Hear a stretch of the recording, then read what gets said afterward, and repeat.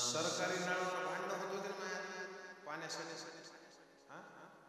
बायकाला भांडायचे दोनच ठिकाण होते, एक सरकारी नळ आणि दुसरा जुन्याचा दगड. असं जे तेव्हा भांडताना जेवढ्या जोरात तेवढ्या जोरात जय म्हणायचे. भांडताना कसं हात तुला तुला थोडी ताकद लागायची, सगळेजण मोठ्यानं जय म्हणायचे. बोला शंकर भगवान की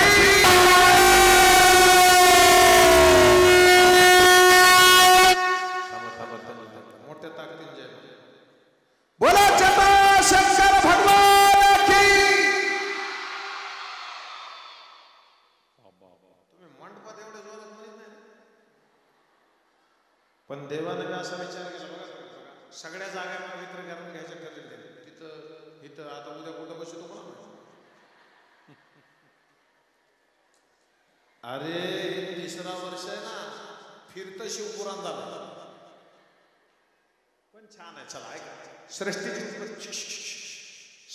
उत्पत्ती सांगायला चालू. एके दिवशी नारदानं तप केलं होतं. नारद फार गोड कथा आहे. सृष्टीची उत्पत्ती फार लक्ष देऊन ऐका.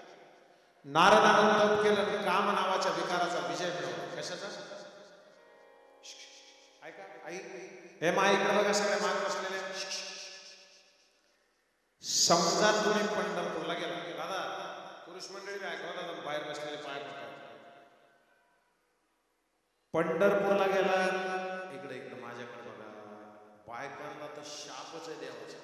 अर्धा घंटा गप्प बसू शकत नाही. पड अहो, आईला फोन करतात, आईला सासूच्या समोर बसून अर्धा घंटा तिला बोलत आहे, हिच्यावर इस्तू टाकत हिला बोलू नये बरोबर ना. अर्धा पाऊण तास बोलल्यावर आईचा फोन खाली ठेवताना काय म्हणतात, चल ठेवते, गडबड आहे, पुन्हा निवांत बोलते.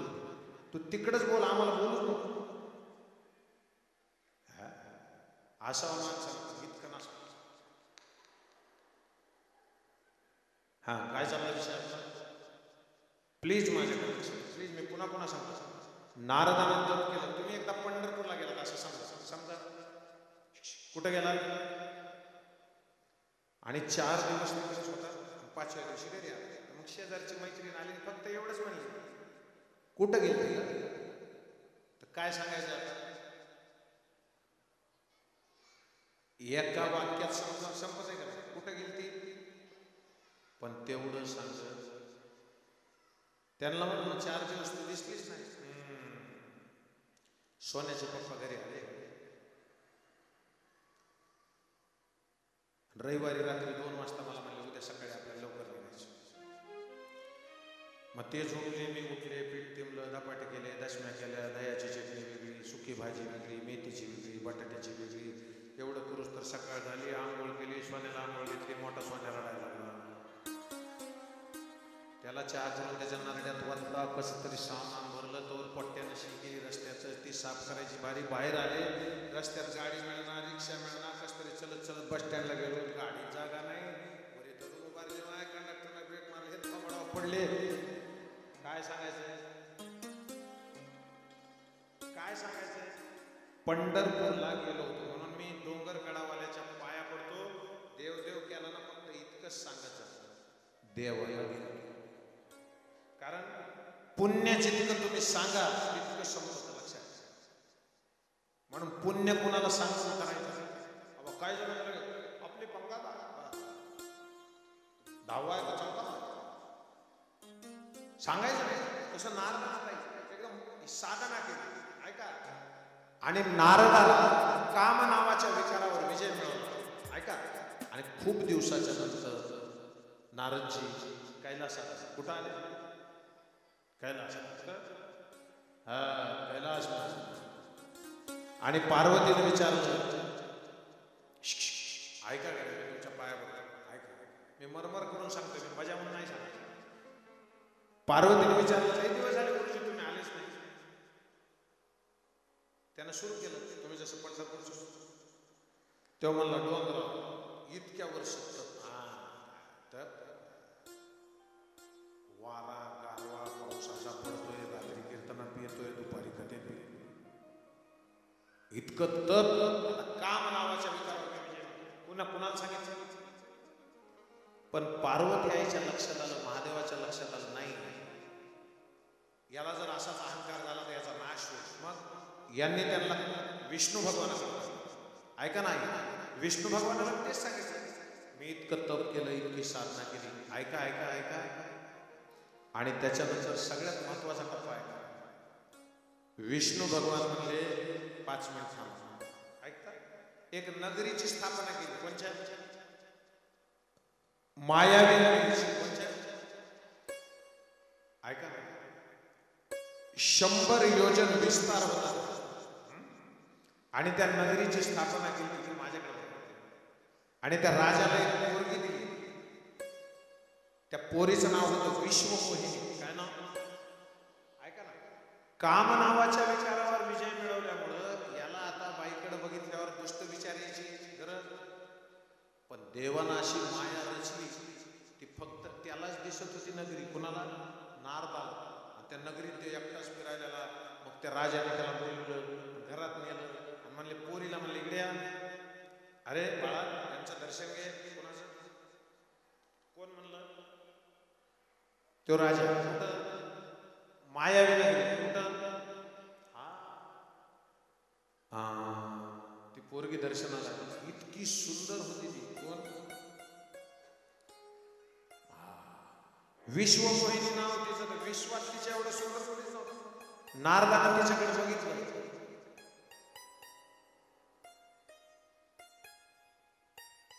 केलेली सगळी साधना.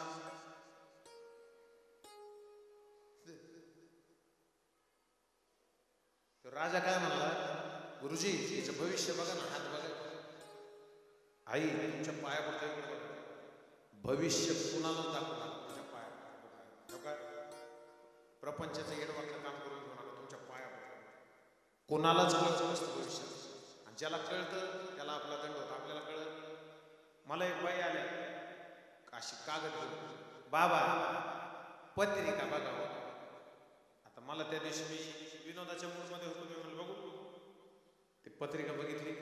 मी म्हणलं काकू तुमच्या मालकाचं नाव सोपान.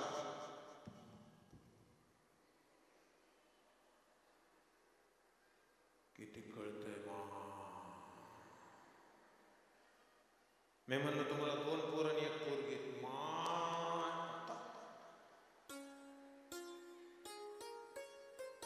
मी म्हणलं तुम्ही कालच किराणाचे आणलाय गोड तेल.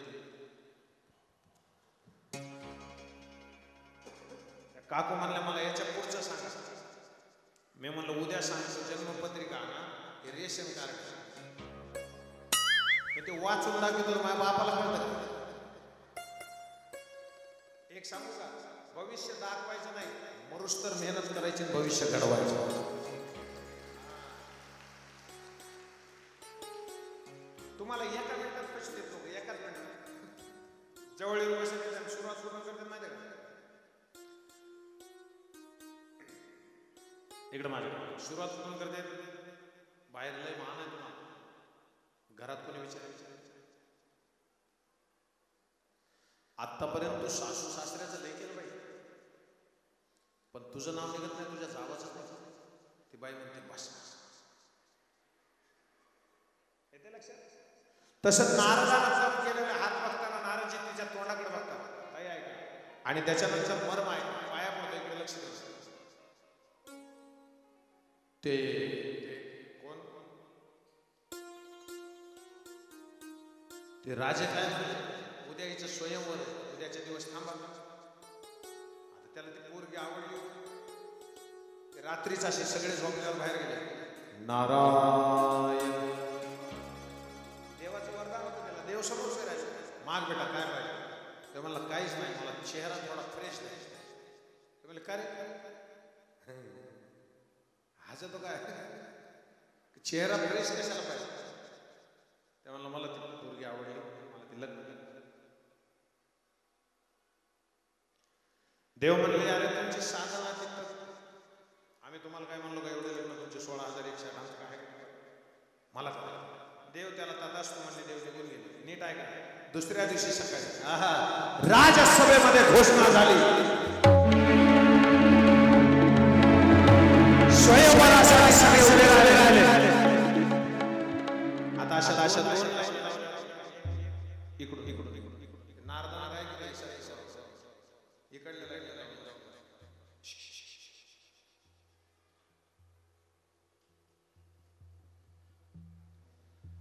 आजूबाजूला काय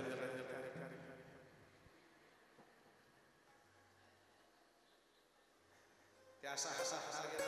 कुणी नारदाना नाही, नारद घेत असतात मोडता बसा. त्या विश्वमोहिनी आणि या साईडला नारद बसले. तिला वाटलं तिकडून जाऊ.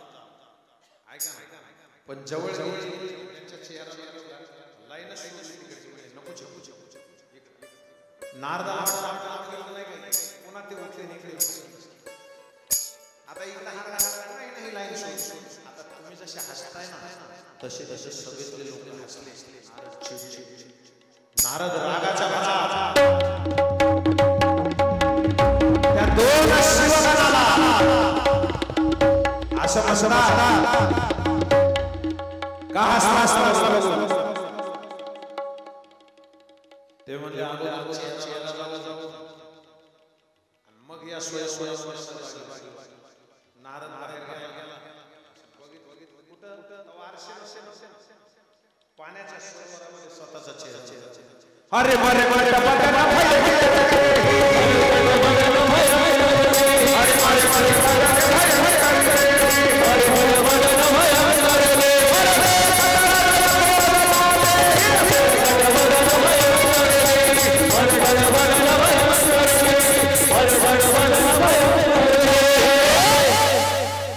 त्याचा चेहरा मागण्यासारखा नारद इतके चिडले आणि हातामध्ये पाणी घेतले आणि पाणी घेऊन शाप दिला मला एका स्त्रीची आसक्ती मला लग्न करावं तर तुम्ही ते होऊ नाही दिले असला चेहरा मला दिला तुम्हाला एकदा खाली यावं लागेल आणि तुम्हाला मी बायकोसाठी सरसावं लागेल तेव्हा फक्त अशा चेहऱ्याची तुम्हाला मदत करतील दुसरं कोणीच करणार तेव्हा रामाचा अवतार झाला तेव्हा त्या माकडाच्या तोंडाच्या सगळ्या वानर जातील त्याला बरोबर बरोबर मरी कटी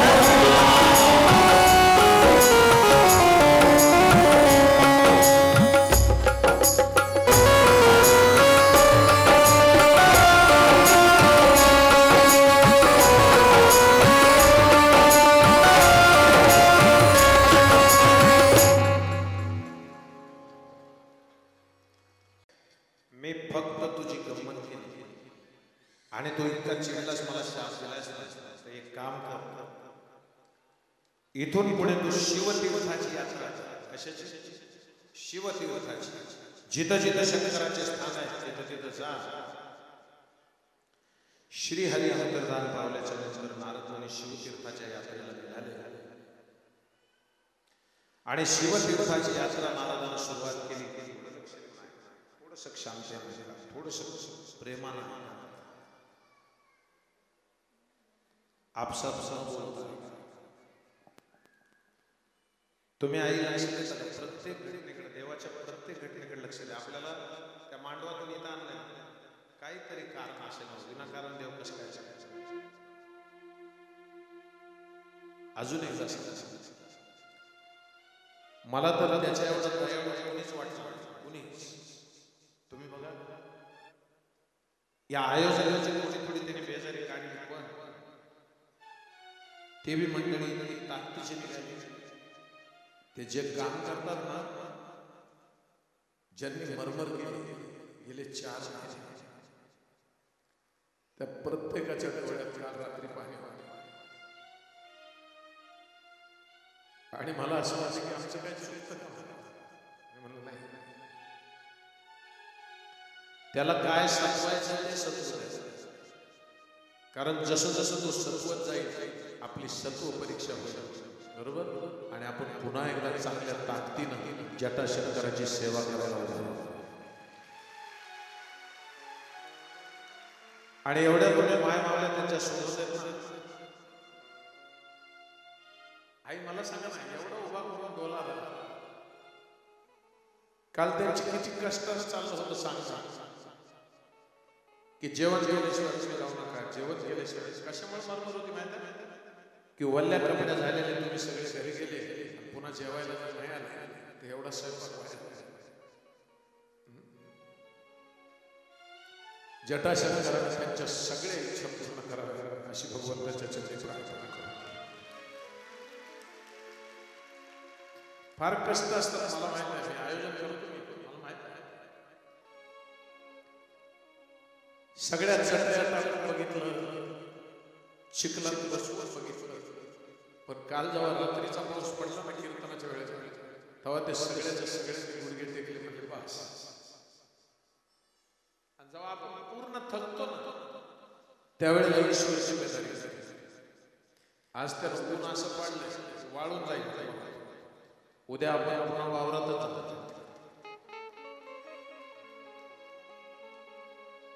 आणि आज रात्री तुम्ही सगळ्यांना व्हॉट्सअपला मेसेज करा जेवढ्याकडे आहे की कथा मनापातच होईल, भव्य दिव्य स्वरूपातच होईल.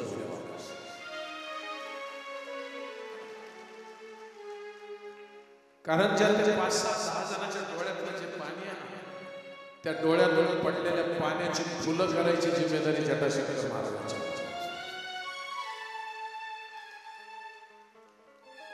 त्रास देतो पण जेव्हा कडेवर घेतो ना त्याच्यासारखं मोठा दयाळू. शिव समान दाता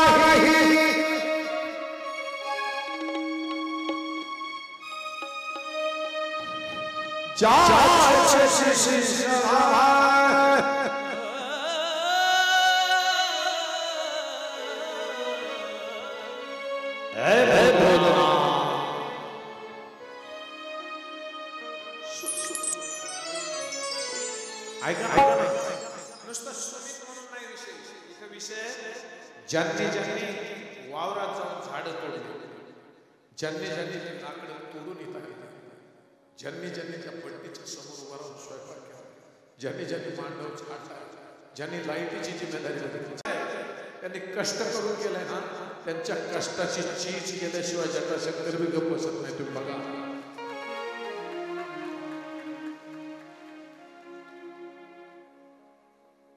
मी तर काल तुमच्या सगळ्याकडे बघितलं ना माया, जेव्हा तुम्ही त्या मंडपात अशा उद्या होता पावसात मला असं वाटलं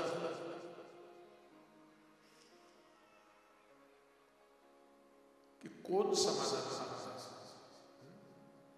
पण एवढ्या मागल्या ज्यावेळेला उभा राहतात ना ती कुठंतरी सद्गुरूची कृपा असते ना जेव्हा. आणि इतक्या पावसात सोपी झालेला कैलास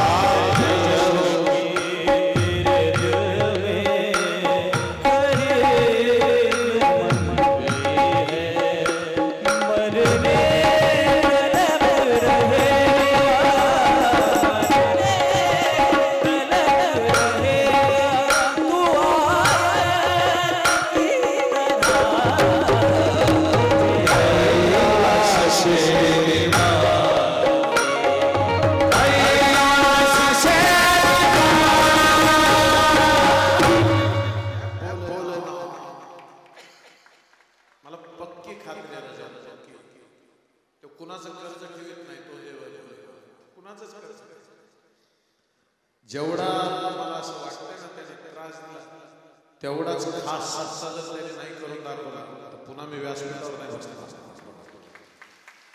अरे अभि तो 4 महिने आप मौज करेंगे.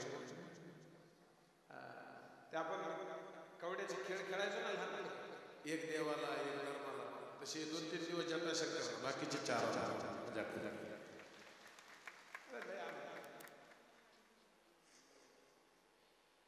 वाह भाई वाह मौज करो. चलो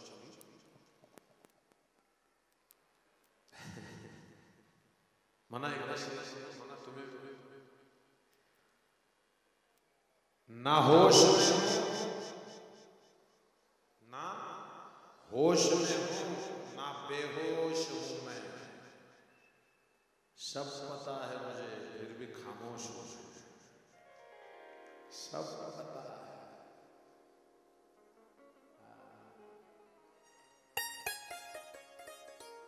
जो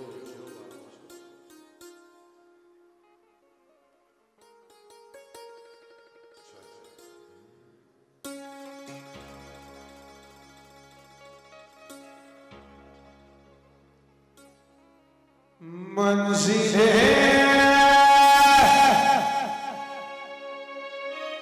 रुसवा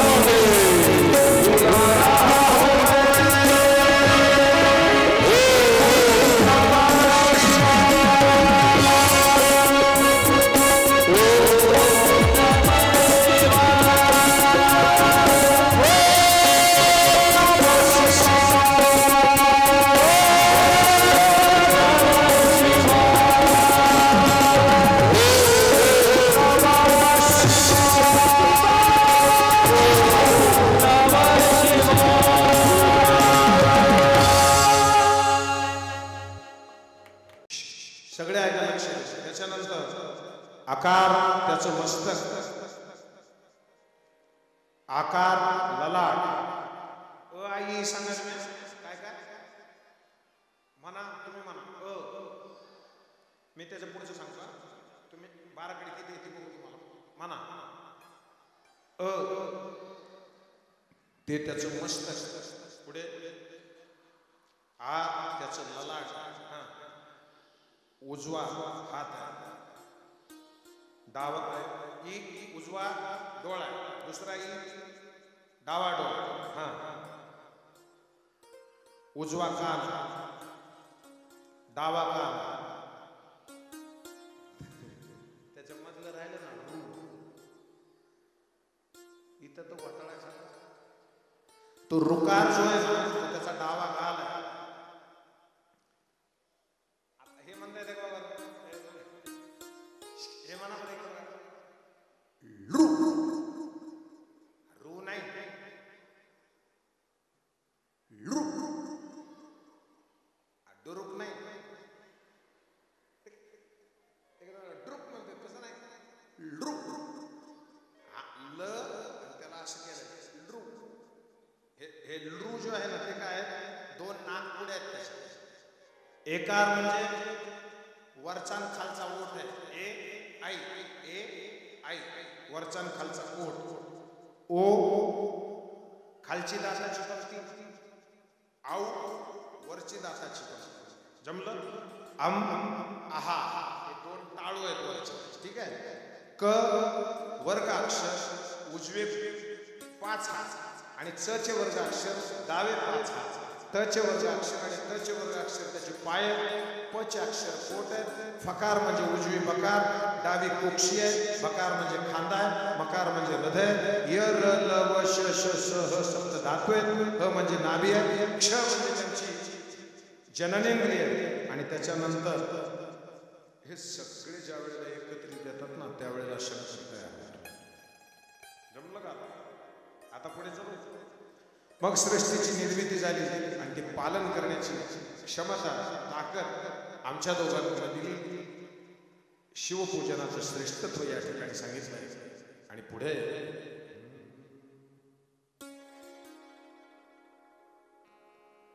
शिवपूजनाचा उत्तम विधी या ठिकाणी सांगितला आहे.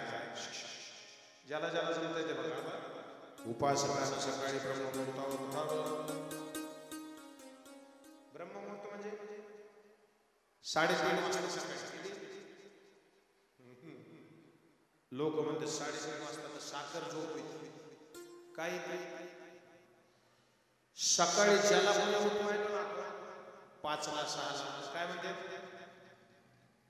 कोणची झोप येते. आणि ज्याला सकाळी साखर झोप आवडते ना त्याला साखर होती.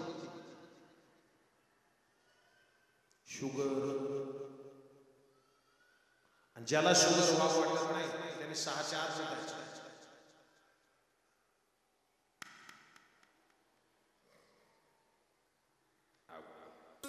सकाळी प्रातःकाळी उठायचं. काय गवळा ना महाराज. प्रातःकाळी उठिया गवळा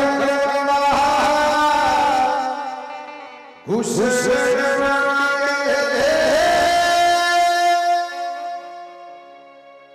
सक्षला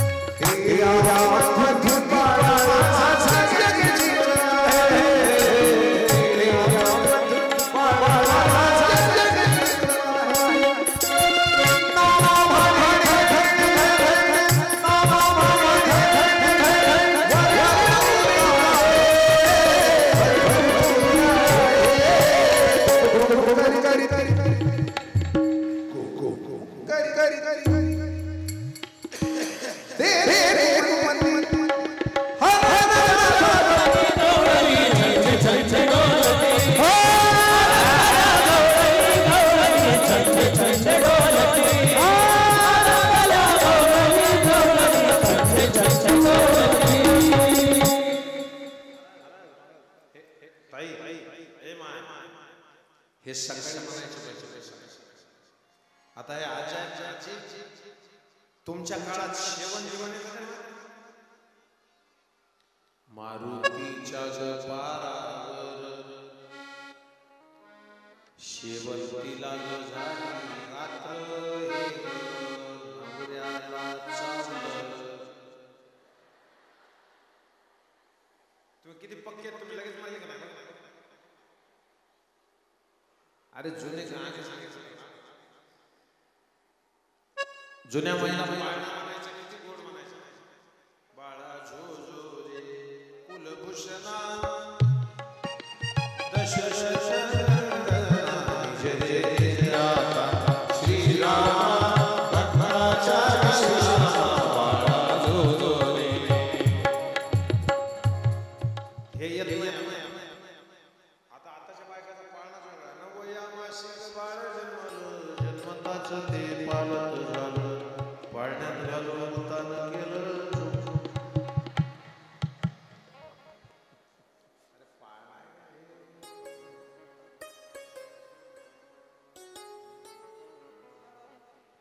मी आमच्या आईच्या समोर आई म्हणली मुडद्या नीट बोलत मी म्हणलं मला तू हेच ऐकलं असं म्हणून माझ्या लक्षात.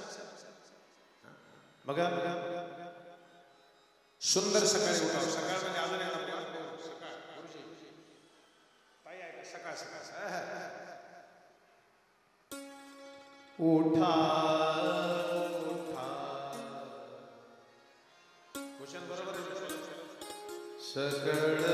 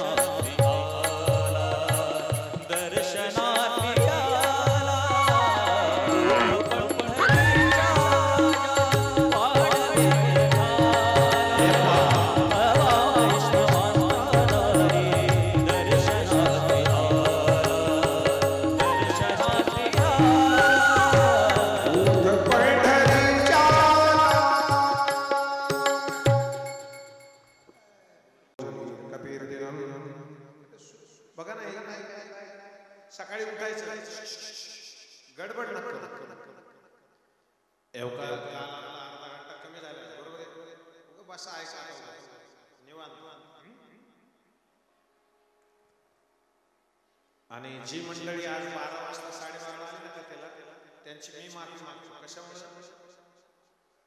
मी 12लाच येणार पण गावामध्ये कुणीतरी वारलंय असं निरोप आला तर त्यांची विधी होईपर्यंत आपण कथा सुरू करणं योग्य नाही. म्हणून कधीचा टाइम बरोबर का क्षमा मागतो सगळे. एकदा सगळ्यांना शांत बसून गावातली जी व्यक्ती वारली त्यांना एकदम भावपूर्ण श्रद्धांजली देऊ. फक्त गप्प बसायचं, कुणीच आपसात बोलायचं नाही. फक्त शांत बसा, सरळ बसा. अजिबात आपसात एक शब्द सुद्धा आला नाही. एक अक्षर नाही आलं पाहिजे, कथा बंद करून टाक, शांत बस.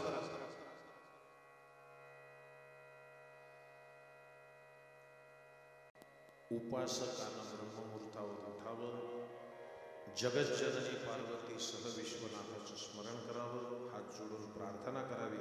देवा उठा, उमाकांता उठा, हे ब्रह्मांड कल्याणकारा उठा. महादेवा माझ्या हृदयामध्ये तुम्हीच आहात. मी धर्म जाणतो पण मला त्यात रुची नाही, मला अधर्मही माहीत आहे देवा, पण मला तर सोडायची माझी तयारी होत नाही. करता करविता तूच असल्यामुळे देवा मला याच्यातून तू बाजूला काढ. तू जसं घडवू इच्छितोस तसं घडव. सुंदर धुतलेली वस्त्र त्यांनी अंगावर घालावीत.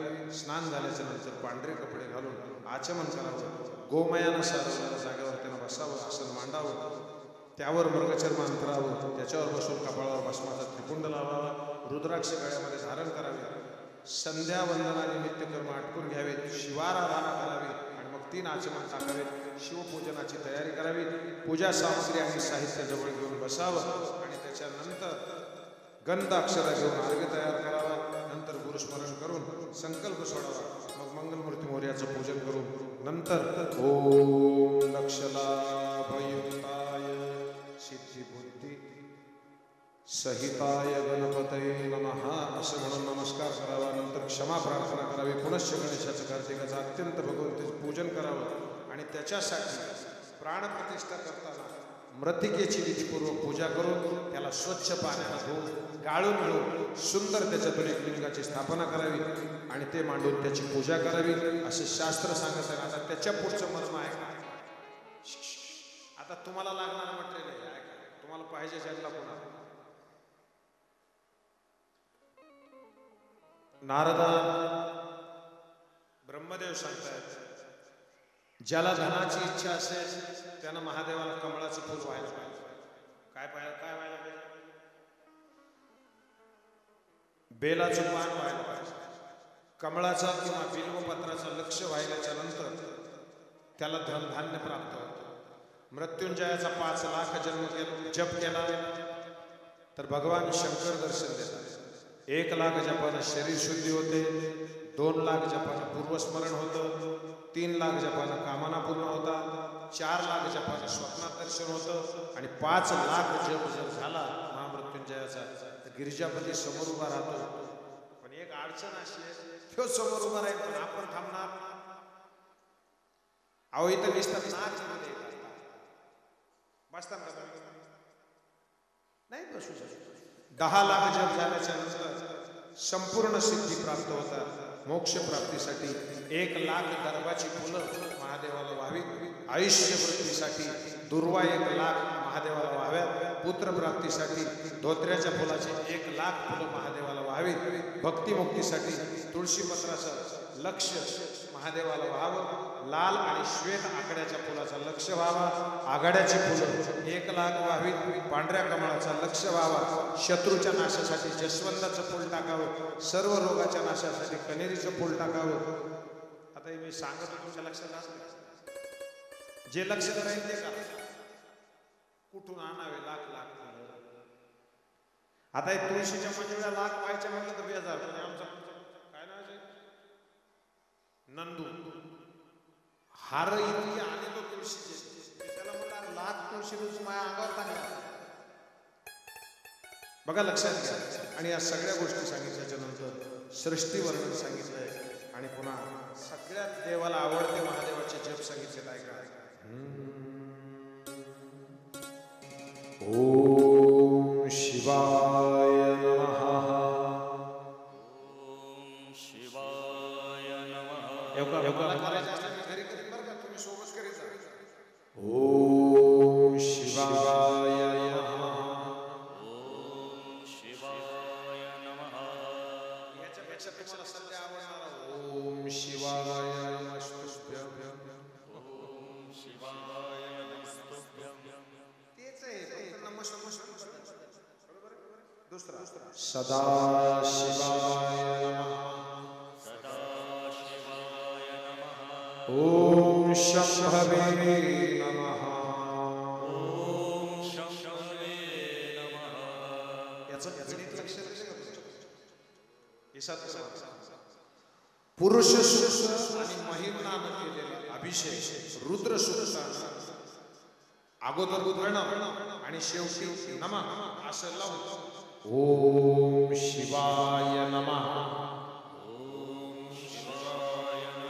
सदा शिवाय नमः ओम शंभवे नमः अशी महादेवाला आवडणारी जप या ठिकाणी सांगितली. त्याच्यानंतर सृष्टीचा उत्पत्तीचा क्रम या ठिकाणी सांगितलाय. कुबेरजीला वरप्राप्ती झाल्याचं प्रकरण शास्त्रामध्ये या ठिकाणी मांडलं गेलं आणि थोडस पुढे नेतो. आता सतीचा खंड सुरू होणार आहे. त्याच्या अगोदर भगवान शंकराचा शिवदरबार सांगतो. सतीचा खंड सुरू झाला तर करू, नाहीतर सती आणि पार्वती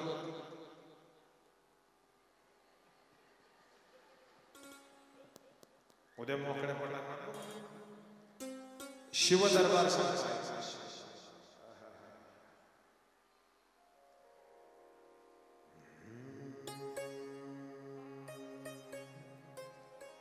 कुबेराच्या सानिध्यामध्ये कैलास पर्वतावर राहायचं असं ठरवून भगवान सांब सदाशिव अलकानगरीमध्ये गेले.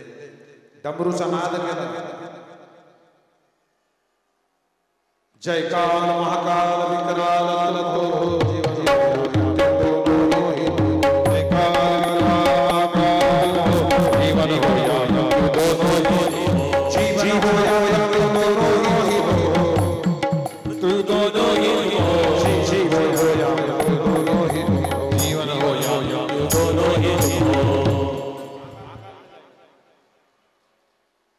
मगाच्या उज्जैनच्या मंदिरात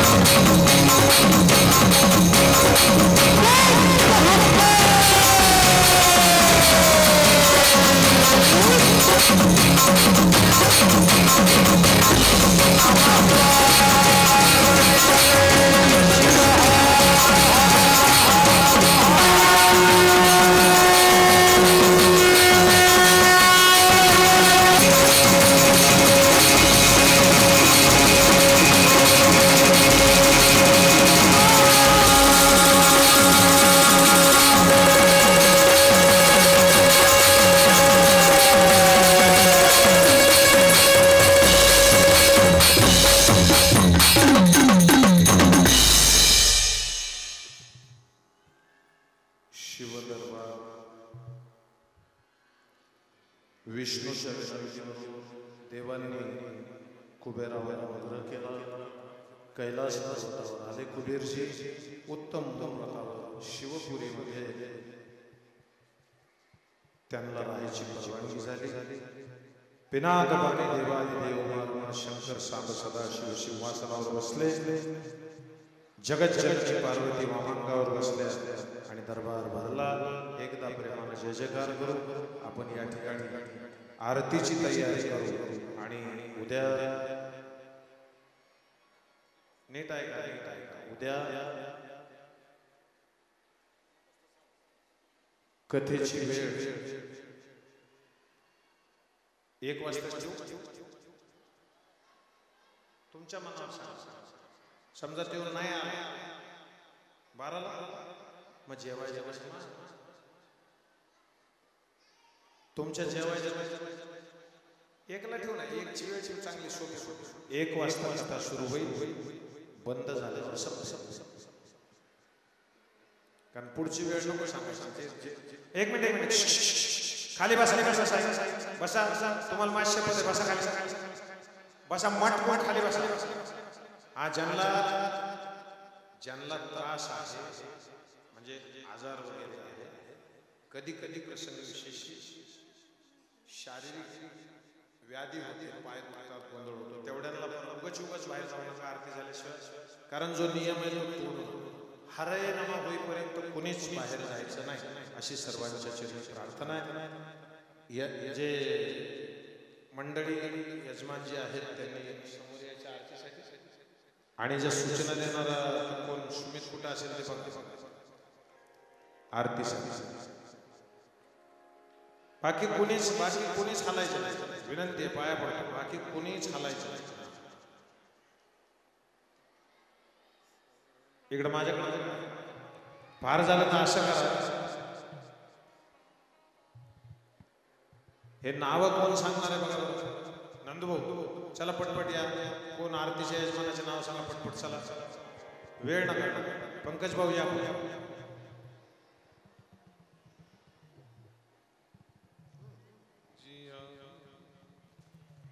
थांबा इथं 5 मिनिट. एकदा नाव सांगू त्याच्या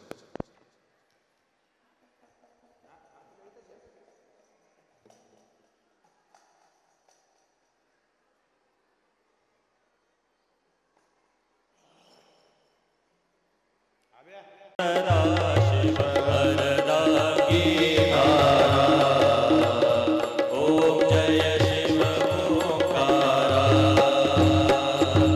ब्रह्मानन चतुरानन पंचानन राधे हंसानन गरुडासन वृषभानन साधे ओम जय शिव